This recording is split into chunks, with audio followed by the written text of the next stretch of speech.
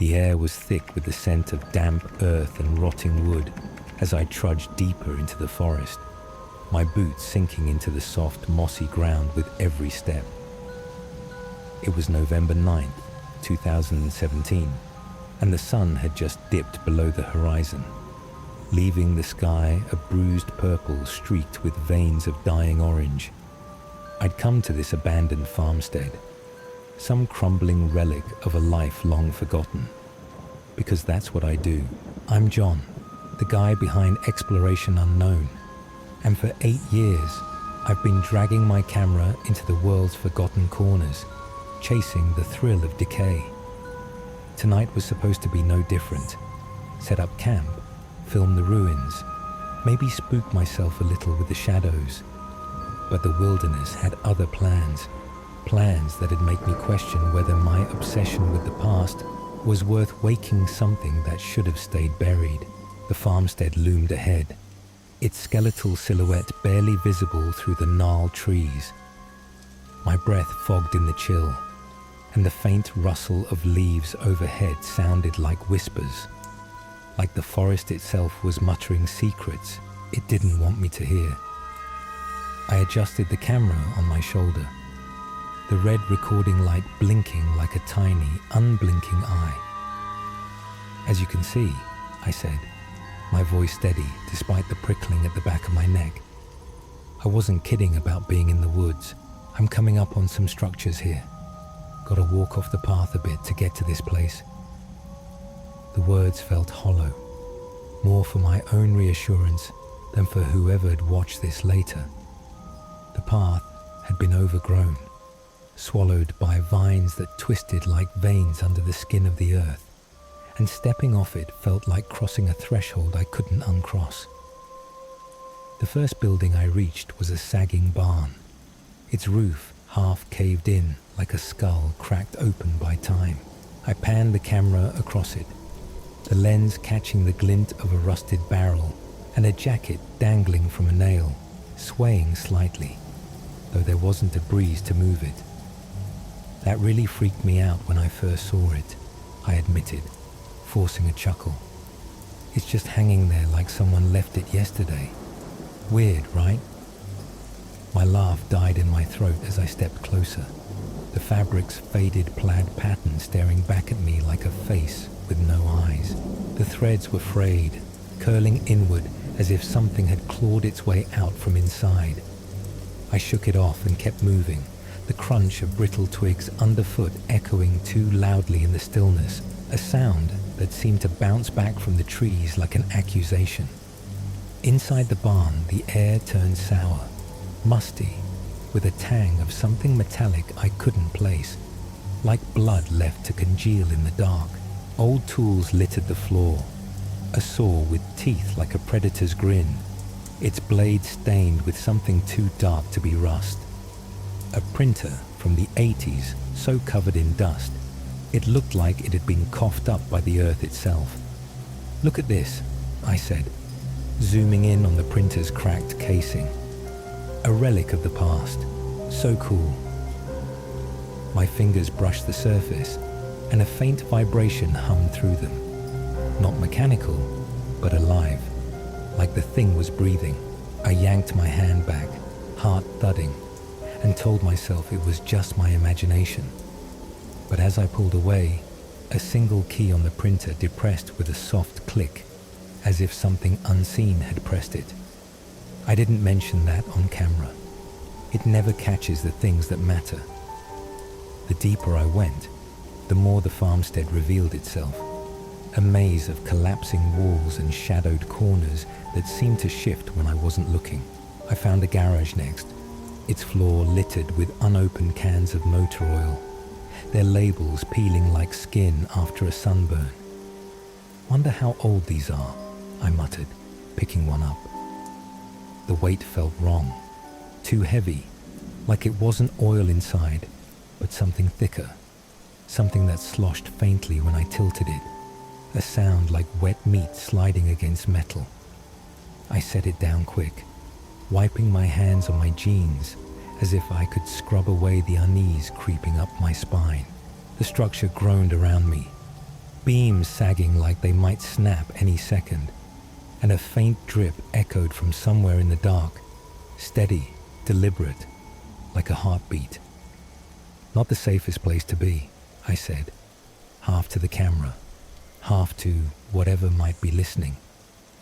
But that's the thrill, right? I was wrong. The thrill wasn't the decay. It was the feeling I couldn't shake, the one that had been gnawing at me since I stepped off the path. Something was off. The air felt too still, too heavy, like it was holding its breath, waiting for me to notice. I brushed it aside, focusing on the next find.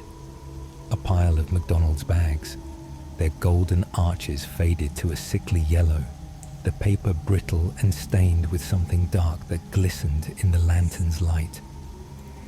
How long's it been since anyone's seen these? I said, trying to keep my tone light, but the question hung there, unanswered, and the silence pressed in harder, thick with a presence I couldn't name. I reached for one, and it crumbled in my hand, releasing a faint whiff of grease and something sour, something alive. By the time I'd explored most of the property, the night had fully settled in, wrapping the farmstead in a shroud of black so dense it felt solid. I set up camp near the barn, a flimsy tent that trembled in the slightest breeze, a flickering lantern casting pools of weak light, the camera propped on a tripod to catch the ambience. Love being out in the woods at night, I said, forcing enthusiasm into my voice. Something really freaking cool about it. The words tasted like a lie, bitter and sharp on my tongue. I sat by the fire I'd built, the crackling flames throwing jagged shadows across the trees, shapes that danced too purposefully, too alive. That's when I heard it, a snap, sharp and deliberate, like a bone breaking under a heavy foot. My head jerked up, eyes scanning the darkness beyond the firelight. Nothing, just trees, their branches clawing at the sky like skeletal hands, reaching for something I couldn't see. Probably a deer, I told myself, though my pulse didn't buy it, hammering in my chest like it wanted out. I grabbed the camera, panning it around for the footage. Did you hear that? Just the wilderness doing its thing. My voice cracked on the last word, and I hated how small it sounded, how it drowned in the vastness of the night. I kept filming, wandering back toward the barn for one last sweep. The shadows stretched longer now, twisting into shapes that didn't match the objects casting them. A rusted pitchfork looked like a figure leaning against the wall, its tines glinting like teeth. A pile of debris morphed into a crouching silhouette, hunched and waiting. I laughed it off. Dark humor's my shield. If I die out here, at least I'll go viral, right? Explorer found dead. Click to see his last scream. The joke fell flat, swallowed by the dark. Then I saw it. It was just a flicker at first, caught in the corner of the frame as I panned past a cluster of trees. I didn't notice it live, too busy babbling about some old belts I'd found hanging in the garage, their leather cracked and curling like shed skin. But when I stopped to adjust the focus, my breath caught in my throat, sharp and cold. There, maybe 20 yards away, stood a figure, tall, thin, dressed in white, that glowed faintly against the black of the woods. Not a natural glow, but something sickly, like the luminescence of a deep-sea creature. It wasn't moving, just standing there, head tilted slightly, like it was watching me. My stomach dropped, a cold sweat prickling my skin, and my mouth went dry. "What the hell?" I whispered, zooming in. The lens struggled to focus, the image wavering, but the shape held, human, unmistakably human, and wrong. Wrong in a way that made my bones ache. I lowered the camera, squinting into the darkness with naked eyes. Nothing. No figure, no white glow, just trees and shadows, mocking me with their ordinariness. "Okay, John," I muttered, my voice barely a breath. "You're losing it. Too much time alone out here." I raised the camera again, and there it was. Still there, same spot, same eerie stillness, as if it had been waiting for me to look again. My heart slammed against my ribs, a frantic rhythm that drowned out the forest's silence.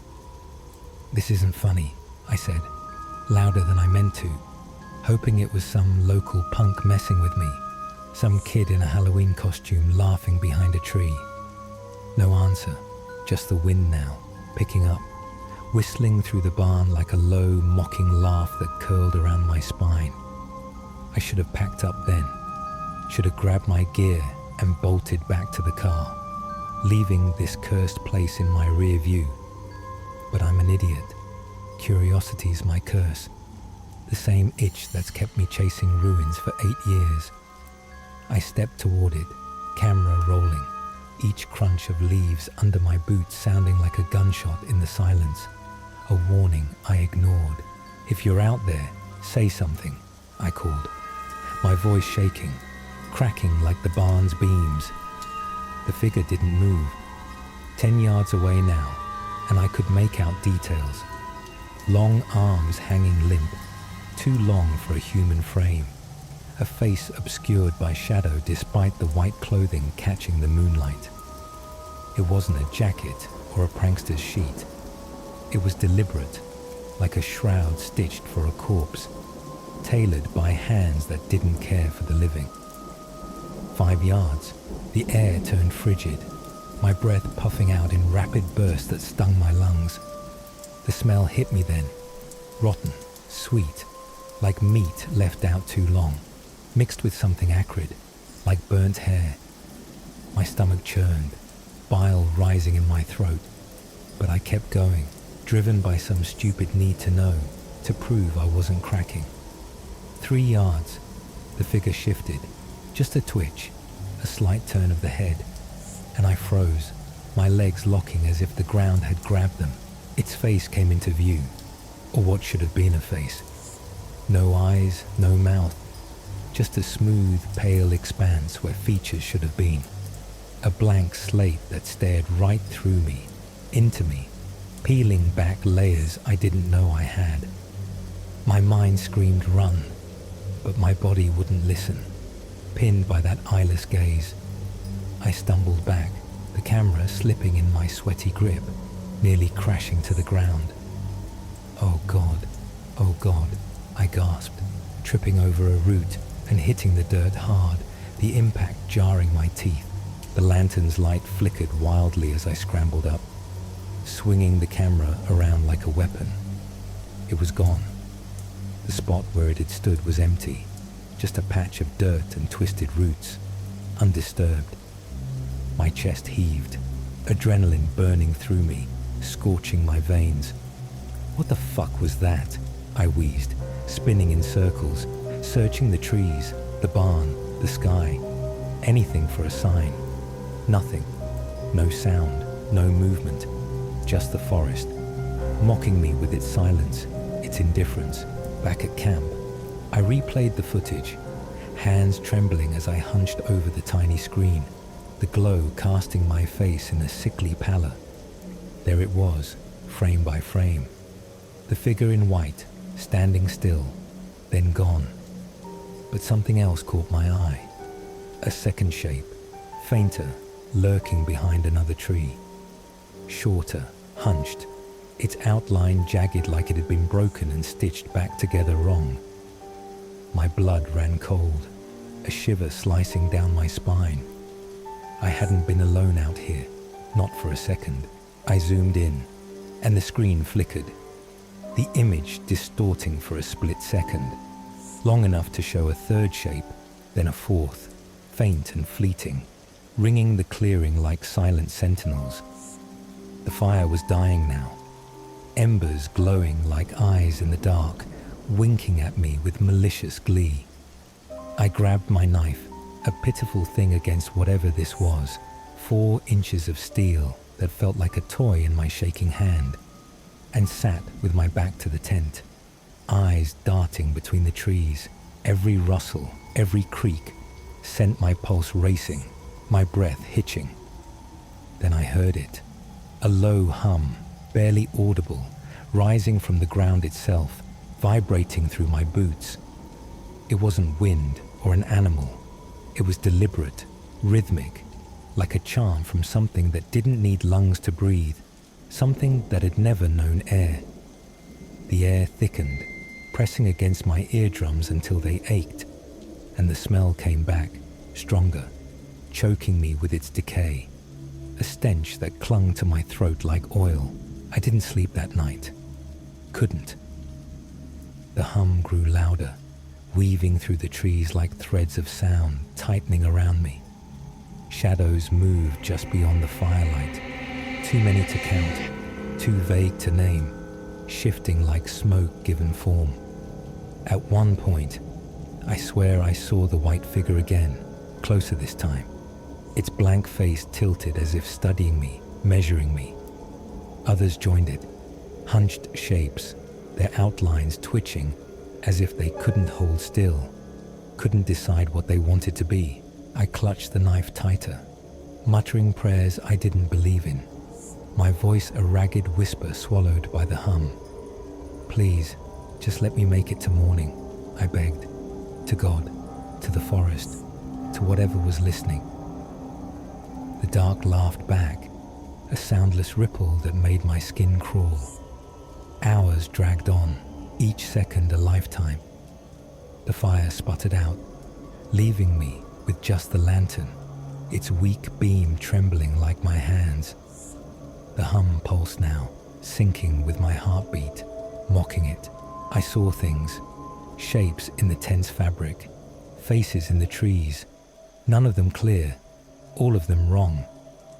A branch snapped behind me, too close, and I whipped around, knife raised, only to find nothing but a fallen limb, its end jagged and wet, like it had been torn off by something with teeth. You're fine, John, I lied to myself, the words shaking. Just your head screwing with you. But my head didn't smell like rot, didn't hum like a chorus of the dead. When the first grey light finally broke through, the hum stopped abruptly. The shadows retreated, and the forest went still, like it had never happened. The air lightened, the stench faded, but the weight on my chest didn't lift. I packed up fast, not bothering to check the footage again, my hands fumbling with zippers and straps. The car was a mile away, and every step felt like eyes were boring into my back, drilling holes I couldn't see. I didn't look behind me, couldn't. The trees loomed taller now, their branches curling inward like they wanted to keep me. Whatever was out there, it had let me go, but I knew it wasn't done with me. Not really. It had tasted my fear, and it liked it. Back home, uploading the video, I spotted it. The figure in white, clear as day, and those other shapes, dozens of them, hovering at the edges of the frame, faint but undeniable. My viewers would call it creepy, maybe fake, argue in the comments about CGI or bad lighting. They'd never know how it felt. The weight of that blank stare, the hum that still echoes in my skull some nights, waking me in a cold sweat. They'd never smell the rot that lingers in my nightmares, a reminder of what I'd brushed against out there. I haven't been back to that farmstead. Won't. I've retired the tent, locked the camera in a drawer, told myself I'm done chasing ghosts. But sometimes, when the wind picks up outside my window, rattling the panes like impatient fingers, I smell that rot again. Faint, fleeting, but there. I hear the hum too, soft as a whisper, calling me back. And I wonder if it followed me home, or if it never let me leave at all. The silence of that forsaken farmstead still lingers, doesn't it? John's lens captured more than just decay that night. A figure in white, faceless and still, standing sentinel among the trees, turning a routine exploration into a descent into the unknown. It's the kind of encounter that sticks with you, whispering questions long after the footage ends. What was it, and why didn't it move? That's the beauty and the terror of these stories here on NoSleep Nightmares Reddit, but we're not stopping there. Our next tale drags us from the shadowed woods to the crumbling walls of a Georgia relic, where Robert and his friend Dan thought they'd uncover history. Instead, they found footsteps, unseen, uninvited, echoing through a house that refused to stay empty. Before we step into that eerie unknown, let's make sure you're part of this journey. If John's haunting glimpse has your pulse racing, and trust me, it's about to get wilder, hit that subscribe button and join the NoSleep Nightmares Reddit family. We're all about peeling back the veil on the unexplained, and I'd love to hear your take in the comments. Ever seen something in the dark you can't unsee? Drop it below. Your story might just fuel our next dive into the abyss. Now, let's leave the figure in white behind and follow Robert into a house where the past doesn't just linger, it walks. The air hung heavy with the scent of mildew and pine as I stepped out of the truck, my boots crunching on the gravel-strewn path leading into the woods. It was October 17th, 2023, and the Georgia sun was sinking fast, painting the sky with streaks of crimson that bled into the dark canopy overhead. I'm Robert, the guy behind City Adventures, and I've spent years hauling my camera to places the world's forgotten. Crumbling houses, deserted towns, anywhere with a story etched into its bones. Today, I dragged my buddy Dan along to explore an old house buried deep in these woods, a sprawling relic locals swore was haunted. I wasn't here for ghosts though, just history, decay, and maybe a good scare to spice up the footage. But as the trees closed in around us, their branches twisting like skeletal fingers against the dying light, I started to wonder if I'd bitten off more than I could chew. The house loomed ahead, its silhouette jagged against the fading glow. A two-story beast with peeling paint the color of dried blood, its windows like empty sockets staring down at us with a hollow, unblinking gaze. My breath caught in the crisp air, fogging in front of me, and the faint hum of cicadas buzzed like static in my ears, a sound that felt too alive, too insistent. I hoisted the camera onto my shoulder, the red recording light flickering on like a heartbeat, pulsing in the gloom. "Hey everybody, it's Robert," I said, keeping my tone steady despite the itch crawling up my spine, a sensation like ants marching under my skin. "I'm out here with Mr. Dan, and today we're exploring a creepy old house in the woods. Probably haunted, right?" I grinned at Dan, who nodded, his eyes already scanning the place like he half expected something to lunge out from the shadows. The words felt light, casual, a shield against the unease prickling beneath my ribs, but they didn't settle the growing weight in my chest. Dan kicked things off, his voice low and gravelly as he recounted the house's past, stepping toward the sagging porch with a cautious tread. "I remember folks talking about the Wisnut family," he said, his breath puffing out in little clouds. "If you were tight with them, you'd get invited down here to hunt birds, back when this place was alive. Been abandoned my whole life though. Looks the same now as it did when I was a kid." I panned the camera across the yard, the lens catching the fieldstone foundation, cracked and moss-eaten, and a chimney that jutted up like a broken spine, its stones blackened as if scorched by a fire that never died. "They're selling it off now," Dan added, his tone flat, "which is how we got permission to poke around." His words hung there, heavy with the weight of time, and I couldn't shake the feeling that the house was listening, sizing us up, its silence a predator's patience. We started with the barn, a hulking shadow off to the side, its doors gaping open like a mouth ready to swallow us whole. The darkness inside thick and uninviting. The air hit me as I stepped in. Thick, sour with rot and something sharper. A metallic tang that might have been rust or might have been blood, lingering like a memory the place couldn't shake. Old hay bales slumped in the corners, brittle and grey, crumbling to dust under their own weight, and a rusted plough leaned against the wall, its blades dulled but still menacing, glinting faintly in the camera's light.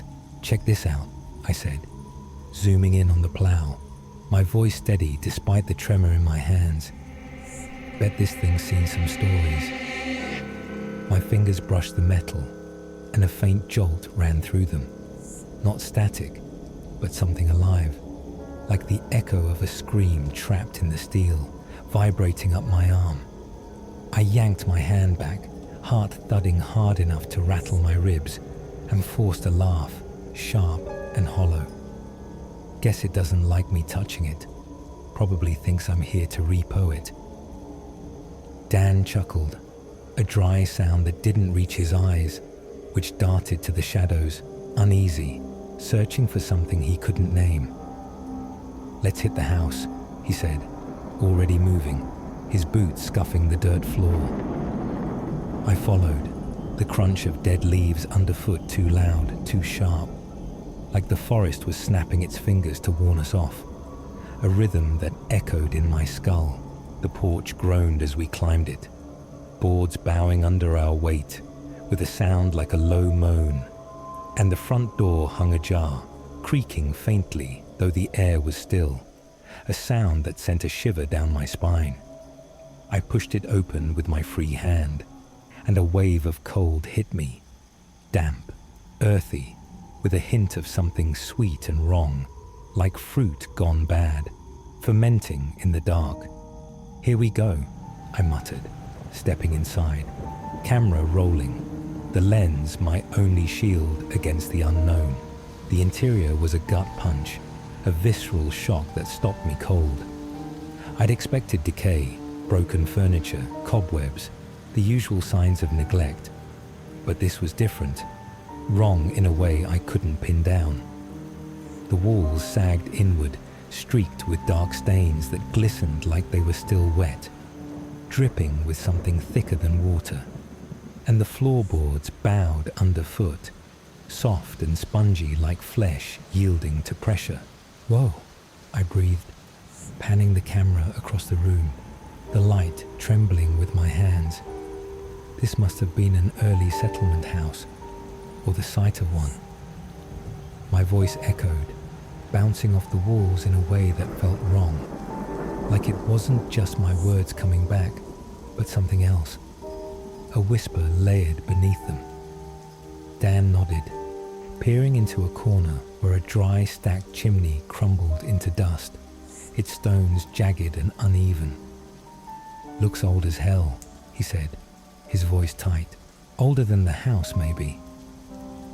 That's when it hit me. The chimney didn't match. The house felt newer, post-1900 like Dan had guessed, its construction rough but deliberate, while that chimney was ancient, its stones worn smooth by hands long dead, stained with soot that seemed to pulse in the dim light. "Maybe it burned down once," I said, half to the camera, half to myself, the words tasting sour on my tongue. "Rebuilt over something older." The idea gnawed at me, a splinter in my mind, and the air grew heavier, pressing down like it wanted me to stop talking, to stop digging. I shook it off, moving deeper, the camera's light cutting through the gloom like a blade, revealing old doors hung crooked, their wood splintered and dark, oozing a faint sap-like residue. I stuck the lens through a gap, catching a glimpse of a room beyond, empty, but the shadows moved when they shouldn't have, sliding across the walls like oil on water. Dan found something next. A tree stump in the yard, hacked down with an axe, its rings tight and countless, a testament to centuries of silent growth. "This is old," he said, running a hand over it, his fingers lingering on the rough surface. I set the camera down to touch it, and the wood felt warm, pulsing faintly under my fingers like it was still alive, a heartbeat trapped in the grain. "Creepy," I muttered, pulling back, my skin prickling. Then Dan spotted a child's spoon in the dirt. Brass, silver-plated, tarnished but intact, its handle bent as if gripped too hard by tiny hands. "How old do you reckon this is?" he asked, holding it up, the metal catching the last of the daylight. I shrugged, forcing a grin that felt like a grimace. "Old enough to star in its own horror flick. Spoon of Doom, coming soon to a theatre near you." But the spoon bothered me. Too small, too delicate for a place this brutal. Its presence a quiet scream in the stillness. Inside again, the house grew stranger, its secrets peeling back layer by layer. Dan pointed out the construction, board and batten splitting the walls, one half older than the other. The wood weathered and grey on one side, fresher but warped on the other, like two houses had been stitched together by a madman, with no regard for symmetry. "Could have been a dog trot once," he said, frowning, his brow creasing as he traced the divide with a finger. "Or just a one-room shack they tacked onto." I nodded, but the divide felt deliberate, unnatural, like the house was hiding a fracture in its soul, a seam where something dark had seeped through. We kept going, the air thickening with every step, the sweet rot smell stronger now, clinging to my clothes like damp hands, leaving a film on my skin I couldn't wipe away. Then Dan froze, head cocked, his body rigid as stone. "You hear that?" he whispered, his voice barely audible over the hum of my own blood in my ears. I didn't at first, just the pounding of my pulse, a frantic rhythm that drowned out the world. Then it came, a thud, heavy and slow, like a footstep on the floor above, deliberate and unhurried. My heart lurched, slamming against my ribs, and I swung the camera up, the beam slicing through the dark, illuminating nothing but dust and decay. "What the hell was that?" I said, voice tight, cracking at the edges. Dan's eyes widened, his usual calm cracking like thin ice, his face pale in the camera's glow. "Footsteps," he muttered, his gaze darting to the ceiling. "Someone's up there." I laughed, sharp and brittle, my shield against the fear clawing up my throat. "Yeah, right. The ghost of Mr. Wisnut come to kick us out. Get off my lawn, you damn kids."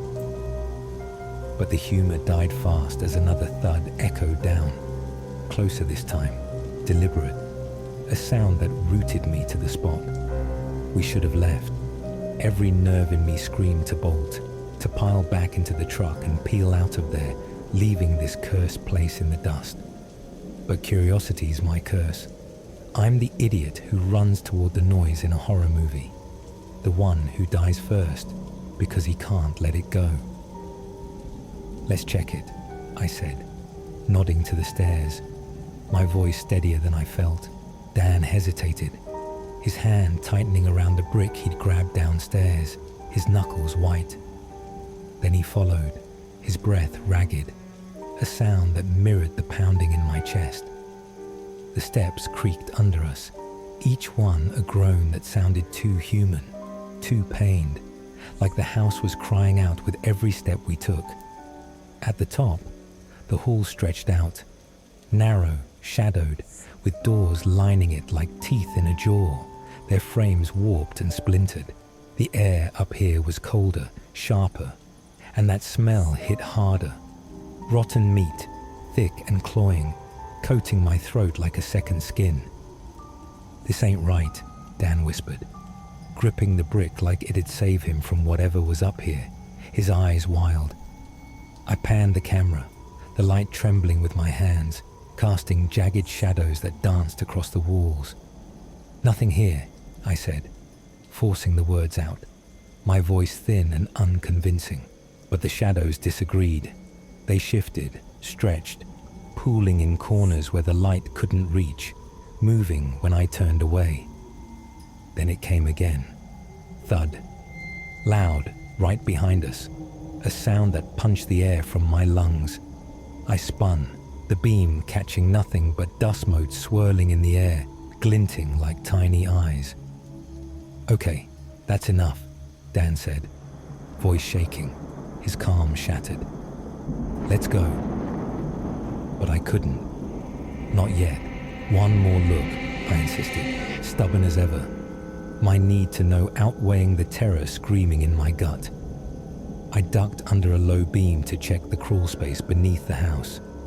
The camera, my only tether to sanity. The space was tight, the air stale and wet, smelling of earth and something sour, like vomit left to fester, thick and rancid. I crawled in, camera first, the light bouncing off rough boards and dirt, illuminating a world of decay. "See this?" I called back to Dan, zooming in on the divide. Narrow boards on one side, wider, newer ones on the other, the seam between them jagged and uneven. It's like two houses mashed together. My voice echoed, hollow, bouncing back distorted, and then I heard it. A scrape, soft but close, like nails dragging across wood, slow and deliberate. I froze, breath hitching, my chest tight. "Dan?" I whispered, my voice barely a breath. No answer, just another scrape, louder, from the dark ahead. A sound that clawed at my nerves. Panic clawed at me, a cold, sharp thing that sank into my bones. But I pushed forward, the camera shaking in my grip, the light flickering as if it didn't want to see. Then I saw it, a shape, low and hunched, scuttling just beyond the light, its outline jagged and wrong, like a body broken and reassembled by careless hands. My heart slammed against my ribs, a frantic drumbeat, and I jerked back, banging my head on a joist, the pain a distant echo to the fear. "Dan!" I yelled, louder, scrambling out, dirt clinging to my hands like wet ash. He was there, pale as death, brick raised, his eyes wide and unseeing. "You hear that?" he hissed, his voice trembling. I nodded, chest heaving, sweat stinging my eyes. "Something's down there." Before we could move, the thud came again. Above us now, then below, then all around. A chorus of steps closing in. A rhythm that pulsed through the house like a heartbeat. We bolted, stumbling down the stairs, the house groaning like it was waking up, its walls shuddering with every step we took. The air thickened, the smell choking me.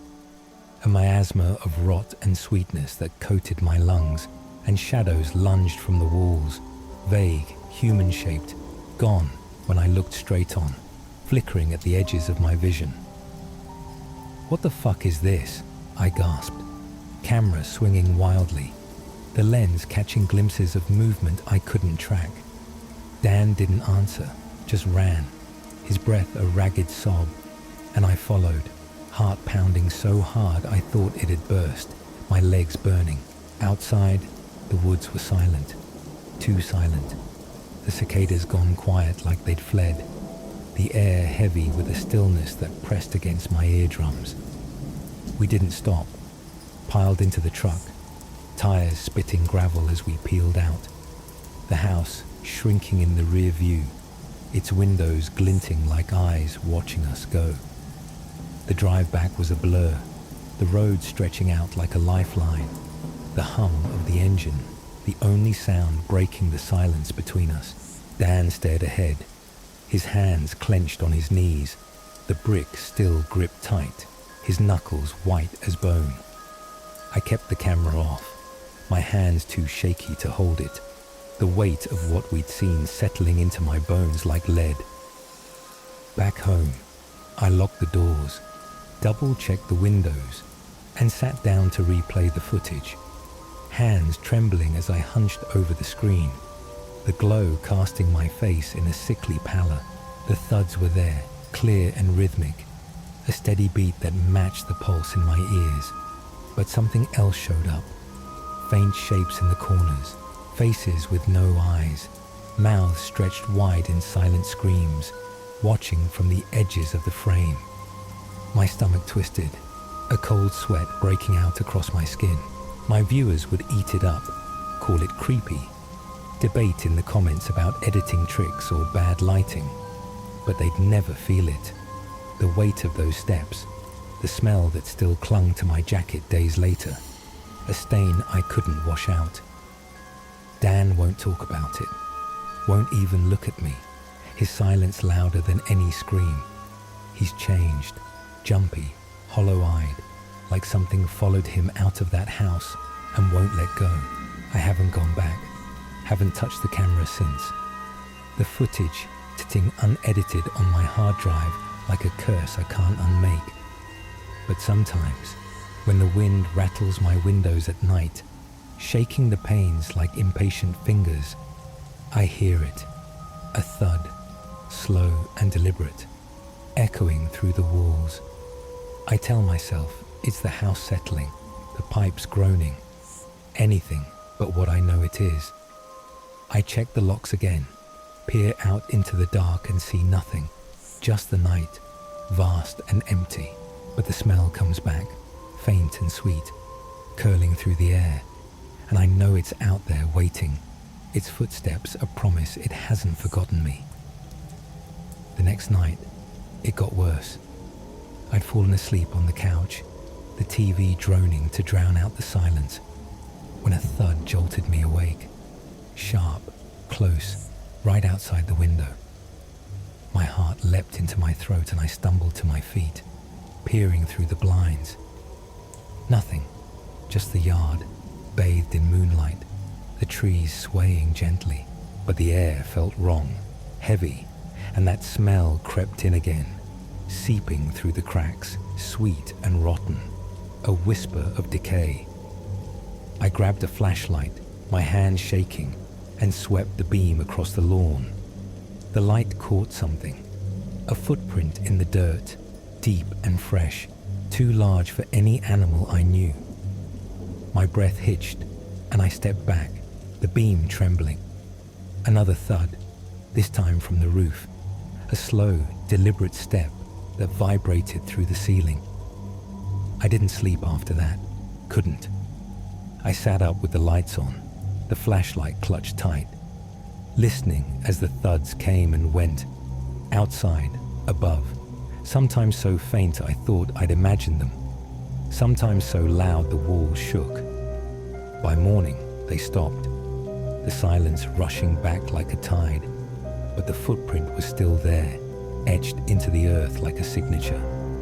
I called Dan, my voice hoarse, but he didn't answer, just a dead line, a hiss of static that sounded too much like breathing. I haven't tried again. Whatever we stirred up in that house, it's not done with us. It's patient, relentless, and every night I wait for the next thud, knowing it's only a matter of time before it's not just outside anymore, and there it is. The last thud of those phantom footsteps fading into the Georgia night, leaving Robert and Dan sprinting from a house that seemed to breathe with a life of its own. What started as a hunt for forgotten stories turned into a chase from something unseen, something that tracked their every move with a patience that chills the blood. It's a stark reminder that some places hold onto their secrets with a grip tighter than death itself. And here, on NoSleep Nightmares Reddit, we live for that shiver down the spine. But the darkness isn't done with us yet. We're shifting from the stillness of abandoned walls to the chaos of a Tennessee storm, where Beth thought she'd found refuge in her van, until the wind roared, the sky split, and a night of survival became a brush with something far beyond nature's wrath. Before we ride that tempest with Beth, let's lock in this connection. If Robert's tale of unseen stalkers has you hooked, and I promise, The next one's a roller coaster. Smash that subscribe button to stay with us at NoSleep Nightmares Reddit. This community thrives on the eerie, and your voice matters. Drop a comment below. Ever heard a sound in the night that made your heart stop, or felt something watching when no one was there? Share it with us. It might just spark our next nightmare. Ready? Let's trade the echo of footsteps for the howl of the storm as Beth's story unfolds. The air was thick with the scent of wet asphalt and pine as I eased my van off the highway, the tires humming a low, mournful tune against the rain-slicked road. It was late October 2023, and I just left downtown Atlanta after a grocery run, heading northeast toward Tennessee. I'm Beth, the woman behind Beth's Midlife Adventure, a YouTube channel where I document my solo travels across the US with my cat, Apollo, chasing peace in the chaos of van life. Tonight, I was looking for a quiet spot to camp, a place to ride out the rainy weather I'd heard was coming, a simple escape from the world's noise. But the sky had other plans, dark, brooding plans that'd turn a simple storm into something I'd never forget, a nightmare etched into my bones. I'd caught wind of a dangerous weather system sweeping through Alabama, Mississippi, and Georgia. Tornado warnings, high winds, the works. My weather app glowed with ominous reds and yellows, a digital scream of danger. So I'd driven a couple hours to dodge the worst of it. Aiming for a lakeside spot in Tennessee I'd scoped out on iOverlander. Headed northeast to Tennessee, I said into the camera propped on my dashboard, my voice steady despite the knot tightening in my gut, a cold fist squeezing tighter with every mile. There's a bad storm moving through, tornado warnings and all. I'm hoping to avoid the danger zones, just ride out some rain. The words felt like a prayer, a desperate plea to the universe, but the clouds rolling in overhead were thick and black, swallowing the last scraps of daylight like a hungry beast, their edges jagged as if torn by unseen claws. The first campsite I tried was a bust. Gated shut, the sign faded and unreadable, its metal rusted and bent like it had given up long ago. I sighed, the sound sharp in the van's quiet, cutting through the hum of the engine, and Apollo meowed from his perch on the passenger seat, his green eyes glinting in the dashboard's glow, wide and wary.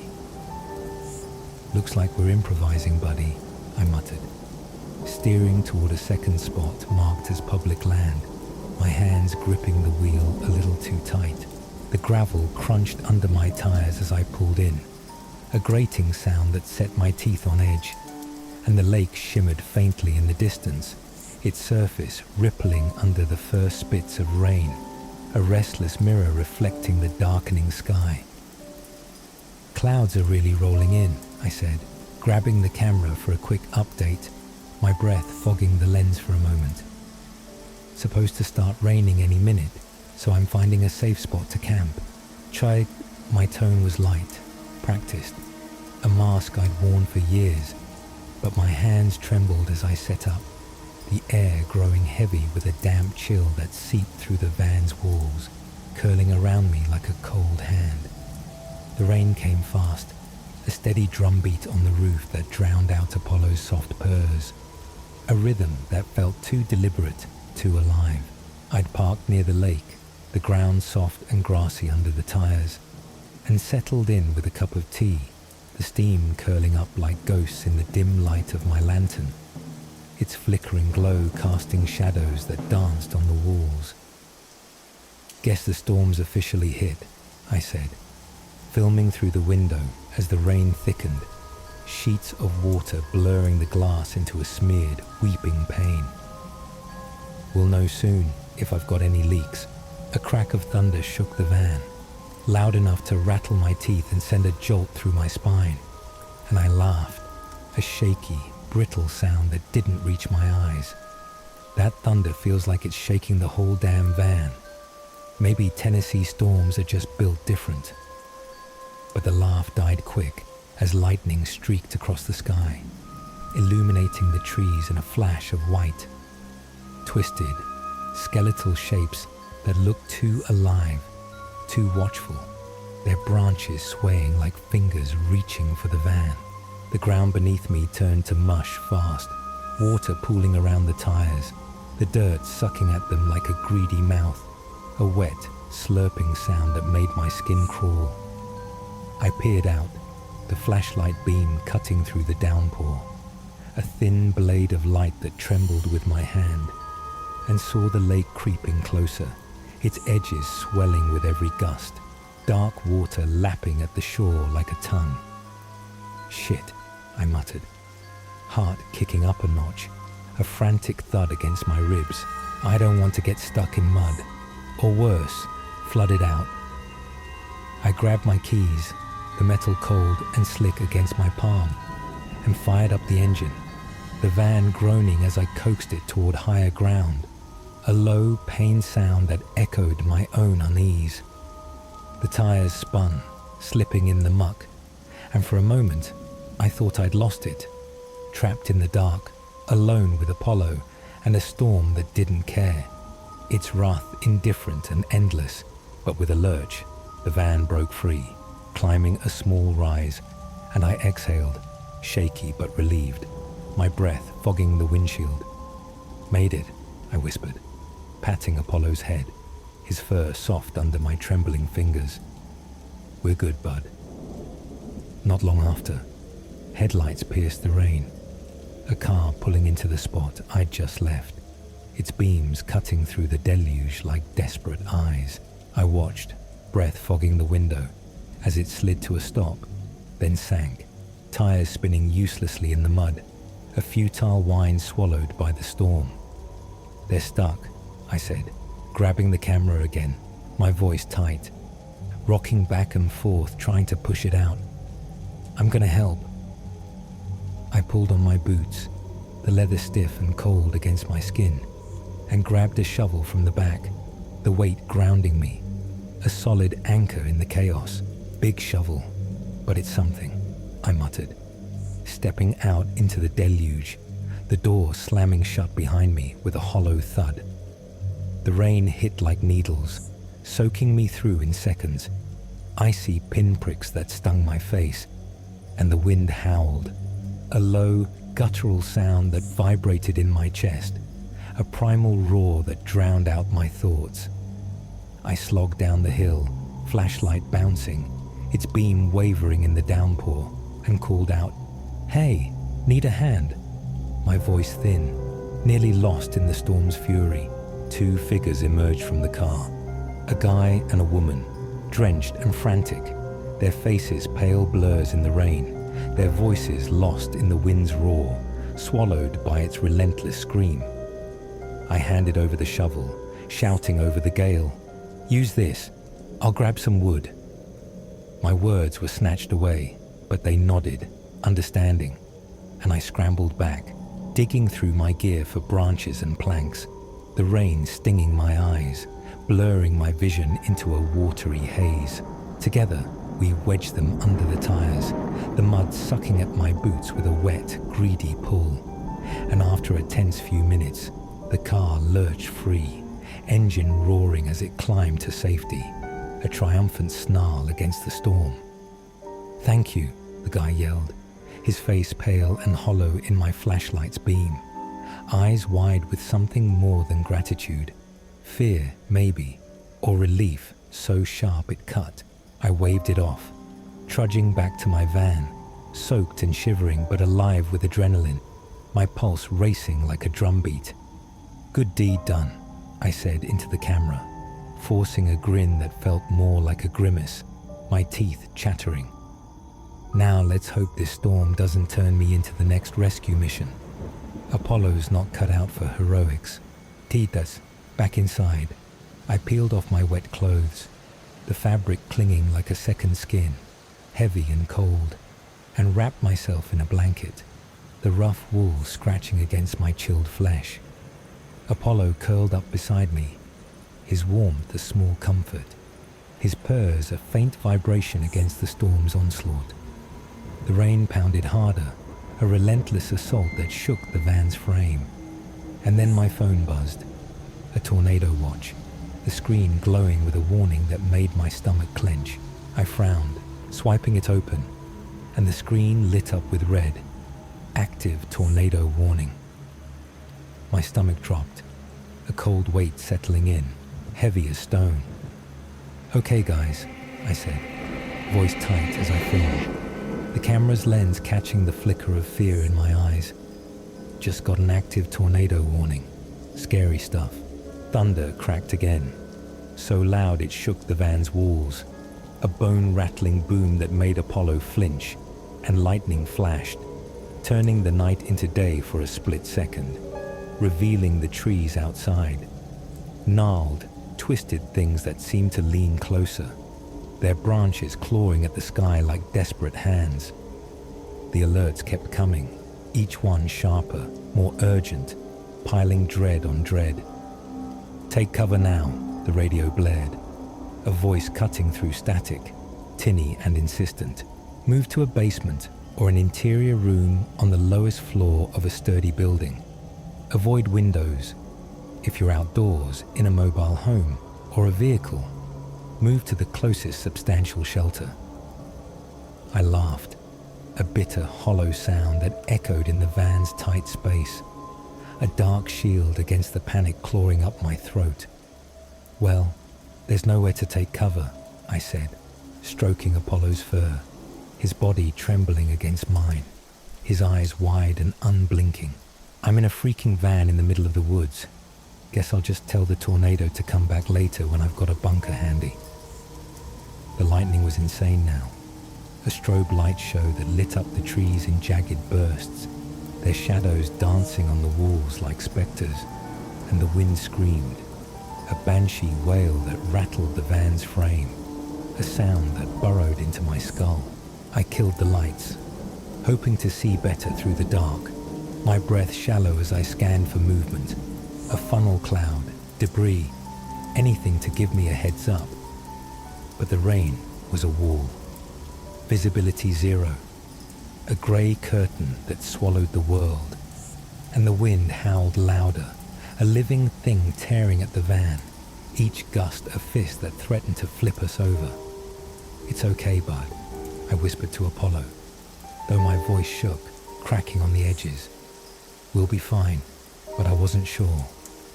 Every thunderclap felt like a warning, every gust a shove from something that didn't care if I lived or died. Then I heard it, a low hum beneath the storm's roar, steady and unnatural, like a voice chanting in a language I didn't know, rising from the ground itself. My skin prickled, a chill unrelated to the cold, sharp and electric, and I grabbed the flashlight, sweeping it outside, the beam trembling in my grip. Nothing, just rain and trees, their branches swaying like they were beckoning. But the hum grew, vibrating through the floor, into my bones, a pulse that didn't belong. Hours passed, or maybe minutes, time blurred in the chaos, a smear of fear and noise. The storm peaked, the wind a living thing tearing at the world, bending trees until they groaned, and that hum became a pulse, syncing with my heartbeat, mocking me with its rhythm. Shadows moved outside, vague and fleeting, gone when I focused. Tricks of the light, I told myself, my mind grasping for reason, but my gut screamed otherwise, a primal warning I couldn't shake. Something tapped the window, a branch, I thought, but it came again, deliberate, a slow tap-tap-tap that matched the hum's beat. I swung the flashlight, heart hammering, and caught a glimpse, something pale, pressed against the glass, gone in an instant, leaving a smear of moisture that wasn't rain. "What the hell?" I whispered, my voice barely audible, swallowed by the storm. Then my phone buzzed again, a text from Mum, cutting through the dread like a lifeline. Grandma's cousins in Bakersfield, Missouri, Lost everything last night, it read. Tornado hit. They're safe, but their house, barn, all gone. My throat tightened, tears stinging my eyes, hot against the cold fear. It's a reminder of how powerful these storms are, I said, voice breaking as I filmed, the camera shaking in my hands. If you're a praying person, keep them in your thoughts. Keep us all in your thoughts. The words felt small, futile, against the storm's wrath, and the hum grew louder, weaving through the wind like a thread of malice. A sound that didn't belong to nature. The tapping came again, faster now, a frantic rhythm that matched my pulse. And I swung the light around, searching the windows, the walls, the ceiling. Nothing, just the rain, the dark.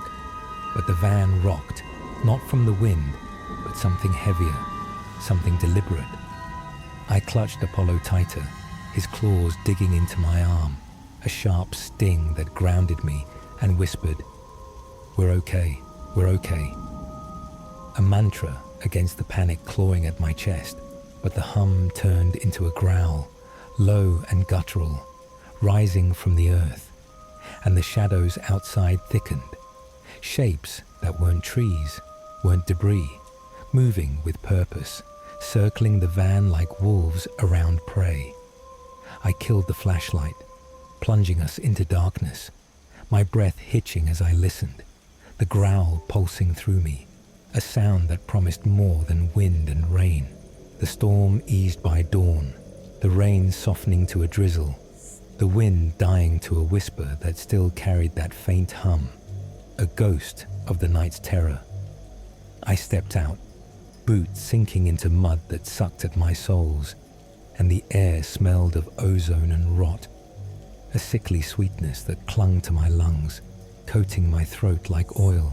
The lake had swelled, lapping at the lower ground with dark, greedy waves, and I saw it, a footprint in the mud, deep and wide, too big for a human, its edges sharp like it had been carved by something deliberate, something that stood there watching.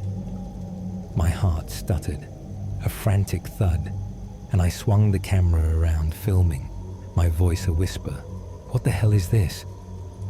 The lens trembled, catching the print's depth, and as I panned, I saw another, then another, a trail leading into the trees, vanishing into the shadows. I froze, the air heavy, watchful, and the silence pressed in, thicker than the storm's roar. The hum was gone, but its echo lingered in my skull, a low throb that matched the pulse in my ears. I climbed back in, locking the doors, my hands shaking as I gripped the wheel and drove out, the van's tires slipping on the wet earth, every jolt a reminder of the night.